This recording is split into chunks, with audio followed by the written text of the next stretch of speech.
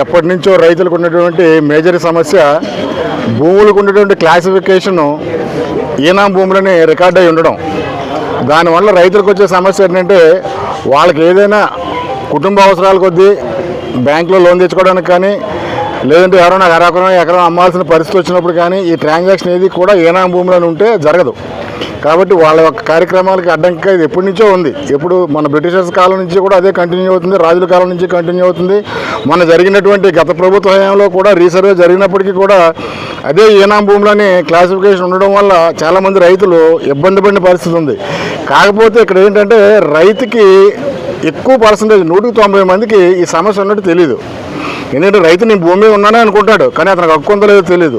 ఏదైనా అప్పుకి వెళ్ళినప్పుడు కానీ వేరే కార్యక్రమానికి వెళ్ళినప్పుడు కానీ అప్పుడు ఇది బయటకు వస్తుంది. రెవెన్యూ డిపార్ట్మెంట్కి వచ్చి నాకు ఇది కావాలి సర్టిఫికేట్ ఇవ్వండి అంటే ఈనాం భూమి అని ఇస్తే బ్యాంక్ కూడా అప్పు ఇవ్వడం. అప్పుడు ఎక్కడికి వెళ్ళాలో తెలియని అగమ్యగోచరమైన పరిస్థితిలో రైతు ఉంటాడు.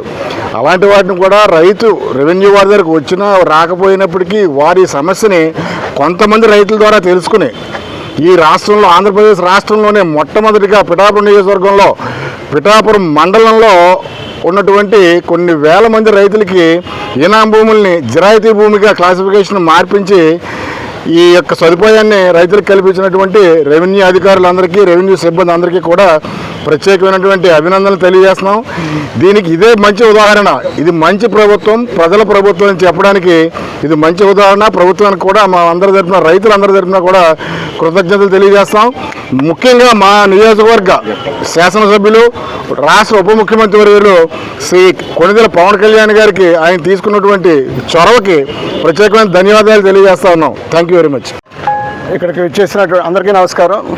ఇక్కడ విచ్చేసినటువంటి రైతు సోదరులకు, ఇక్కడికి కార్యక్రమం ఏర్పాటు చేసిన మన మండల మెజిస్ట్రేట్ రెవెన్యూ ఆఫీసర్ గారు శ్రీ గోపాలకృష్ణ గారికి, అలాగే వివిధ గ్రామాల విఆర్ఓలకి అందరికీ కూడా నమస్కారం. అలాగే కూటమికి సంబంధించిన నాయకులందరికీ కూడా నమస్కారం అండి. ఇది చాలా ముఖ్యమైన రోజు. ఇది చాలా సాదాసీదాగా జరిగిపోయిందని మాత్రం అనుకోవడానికి వీలు లేదు. ఇది ఎంతో కానీ జనరల్గా మన రైతు వారిగా ఏదైనా సమస్య వస్తే మనం ఎంత శ్రమపడి ఏదైనా సమస్య చేసుకుంటామో ఇది చిటికలో తీరిపోయిన సమస్య. ఇది చాలా ఆసాన్గా తీరిపోయిన సమస్య ఇది. అయితే ఇందులో 2700 మంది పైగా కుటుంబాలంటే 5,700 కుటుంబాలంటే సుమారు ఎంత తక్కువ వేసుకున్నా 20,000 మంది జనాభాకు సంబంధించిన సమస్య వీరు చాలా సులువుగా చేయడం జరిగింది. ఇందాక మన పెద్దలు అన్నట్టు ఈ సమస్య ముఖ్యంగా ఆడవాళ్ళకి భూములు రాసుకున్న సమయంలో, వివాహ సమయంలో రాసుకున్న సమయంలో చాలామంది రైతులు గ్రామాల్లో ఎదుర్కొన్న సమస్య ఏంటంటే ఈ భూమి మీరు మీది కాని భూమి మాకు అప్పచెప్పారన్న వివాదాలు వచ్చి కుటుంబంలో కూడా సమస్యలు వచ్చిన సందర్భాలు కూడా ఉన్నాయి. ఇటువంటి సమస్యలు అలాగే కూటమి స్ఫూర్తి పవన్ కళ్యాణ్ గారు రాష్ట్ర ఉప ముఖ్యమంత్రి వాళ్ళు స్థానిక శాసనసభ్యులుగా ఉన్నటువంటి ముఖ్యమంత్రి మన పవన్ కళ్యాణ్ గారి స్ఫూర్తితో ఇక్కడ పనిచేసే అధికారులు కూడా అంతే వేగంగా అంతే స్ఫూర్తితో పనిచేయడం అనేది మాకు చాలా సంతోషంగా ఉంది.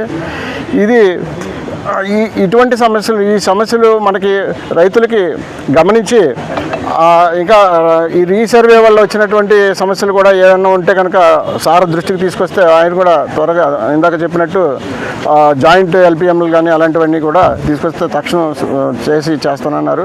ఇందుకు నేను ఎంఆర్ఓ గారికి వారి స్టాఫ్ అందరికీ కూడా నేను మనస్ఫూర్తిగా కూటమి తరఫున శుభాకాంక్షలు తెలియజేస్తున్నాను. ధన్యవాదాలు తెలియజేస్తాను. జనసేన, బీజేపీ, తెలుగుదేశం తాలూకు సంబంధించిన రైతు వారి అందరూ కూడా వారి సమస్యల పరిష్కారం అయిన దృష్ట్యా అందరూ హాజరై వాళ్ళు సంతోషాన్ని వ్యక్తం చేస్తున్నారు. ఇవాళ ప్రస్తుతానికి దగ్గరగా 6 నెలల నుంచి ఈనాం భూముల కింద రికార్డ్ అయ్యి ఉంటుంది. ఈనాం భూములు అంటే మన సొంతం కాదు, ఏ రాజావారో మహమ్మడిన్స్ ఎవరో మన దారాదత్తం చేసిన భూముల కింద లెక్క వేస్తారు. అది పూరైన బాధ్యత లేదు. కానీ మధ్యలో కొన్ని సందర్భాల్లో ఈనాం భూములు లేకపోయినా అది ఈనాం భూములకి రికార్డ్ అయింది. ఇది తహసీల్దార్ గారి దృష్టికి ఎప్పటి నుంచో చెప్పడం జరుగుతుంది. ఆ పరిష్కారం చేస్తే ఆ రైతులకి పూరా పరిష్కారం హక్కు ఏర్పడుతుందని చెప్పేసి ఉద్దేశం మీద ఆయనతోటి కొన్ని వందల సార్లు కొంతమంది రైతులు వచ్చి ఈ కష్టాన్ని చెప్పుకోవడం కూడా జరిగింది. అది ఆయన ప్రత్యేకంగా తీసుకుని ఈ కార్యక్రమాన్ని తను భుజస్కంధాల మీద వేసి డీటీ గారు అయితేనే, తహసీల్దార్ గారు అయితేనే, బీఆర్ఓలు అయితేనే వీళ్ళందరికీ ఇన్స్ట్రక్షన్స్ తోటి వీళ్ళందరినీ కోఆర్డినేట్ చేసి ఇవాళ పరిష్కార దిశగా పరిపూర్ణమైనటువంటి మనకి ఒక డాక్యుమెంటేషన్ని ఇచ్చినటువంటి తహసీల్దార్ గారు ఎక్కడున్నా ఈయన మర్చిపోవాల్సిన పరిస్థితి లేదు. ఆయనకు మంచి సంతృప్తికరమైనటువంటి వాతావరణంలో ఇవాళ ఈ సమావేశం ఏర్పాటు చేశారు కాబట్టి రైతులందరికీ కాలంగా దశాబ్దాల నాటి ఈనాం భూముల సమస్యను పరిష్కరించి 5,007 రైతు కుటుంబాలకు మేము పరిష్కారం చూపడం జరిగిందండి. వాళ్ళ రికార్డును పూర్తి స్థాయిలో పరిష్కరించి వాళ్ళందరికీ కూడా భవిష్యత్తులో ఇబ్బంది రాకుండా బ్యాంకు లోన్కి వెళ్ళిన, విద్యా లోన్కి వెళ్ళిన, అదేవిధంగా వాళ్ళ వివాహం జరిగినప్పుడు అమ్మాయిల పేరు మీద కానీ అబ్బాయిల పేరు మీద కానీ రిజిస్ట్రేషన్లు చేసిన సో ఎటువంటి ఇబ్బంది రాకుండా పరిష్కారం చూపడం జరిగింది. ఇది దాదాపు ఒక 100 సంవత్సరాల నాటి సమస్య.